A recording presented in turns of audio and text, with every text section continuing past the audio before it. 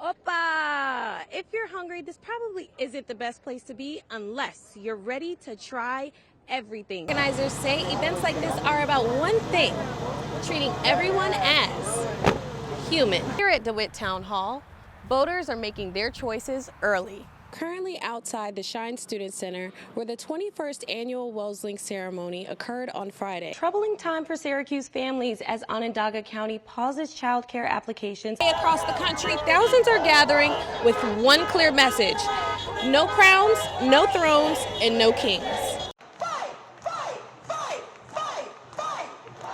Residents raised their hands calling for change and standing up against the current administration. The protest took place just 3 days after Trump announced a new round of tariffs on imported goods that caused stock markets to plummet. But the message was clear for many locals. They demand action and accountability from President Donald Trump and Elon Musk. I spoke with protesters to learn why they joined the cause. The biggest thing that brought me out was the attack against trans, non-binary people, genderqueer people. Definitely out here to support them because, as my sign states, there's no LGBT without the T. So there was still going to be a need to continue to change the political conversation so that we recognize the importance of fighting not only for the preservation of democracy, but to ensure that the future generations will have an opportunity to receive all that they should, their heritage as citizens of this country. Protesters reflected the power of collective action as people from diverse backgrounds came together to oppose policies they viewed as threatening democratic values. Inside the kitchen at St. Sophia's, volunteers are hard at work preparing one of the city's most beloved cultural celebrations. Most of it is all made here. The ladies, not just the ladies, people make it, and it's an enormous amount of work.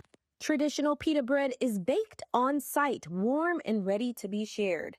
And no Greek celebration is complete without pastries, many made from recipes passed down for generations.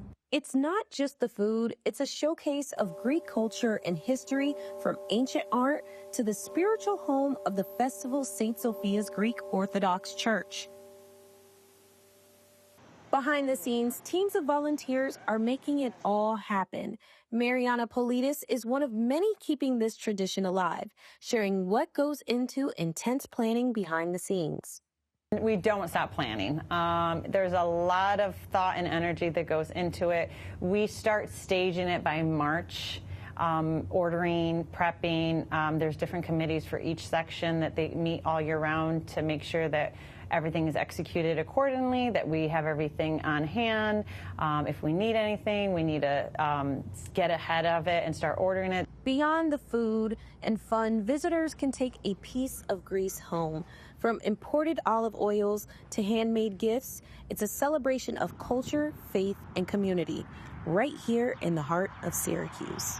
The elevated I-81 viaduct has overshadowed this once thriving community, physically dividing it from downtown Syracuse. However, the New York State Department of Transportation announced its decision to demolish the I-81 viaduct and replace it with a more connected community street grid. So what's the big plan? Well, the end goal is to dismantle the elevated highway that runs through downtown and redirects traffic to the city streets below. The I-81 project director hopes to bring communities that were once together but are now divided. I think we have three very separate neighborhoods. We have the university over here, we have downtown over here, and then we have the south side. All three of those communities can interact and find some ways to feel more like one city rather than three separate cities right next to each other.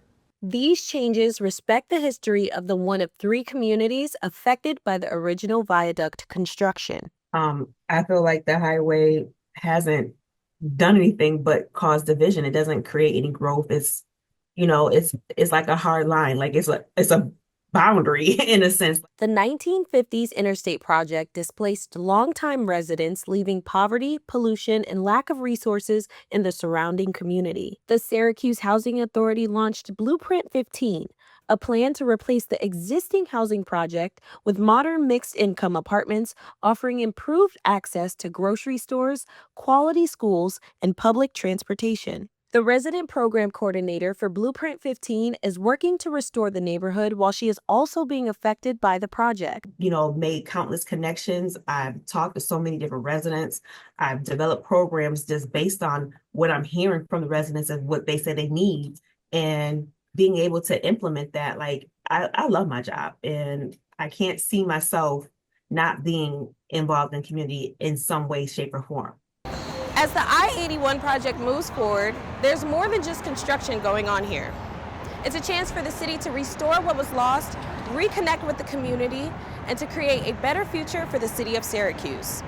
For more information, you can go to blueprint15.org, syracuse.com, and the Department of Transportation for further information. Vinaya Johnson, NCC News. Maxwell School hosted a discussion highlighting the impact of Black women in social movements and the ongoing fight for justice. A local organization is passionate about feeding as many people as possible. Our Maya Alicia is live in studio with more on this story. Maya? As the cost of eggs and butter becomes a daily challenge for consumers, inflation continues to impact local businesses. As egg prices have more than doubled, she had to make some tough decisions to keep her business running. As of January 2025, Westcott had to raise her prices by about 25 cents just to stay afloat.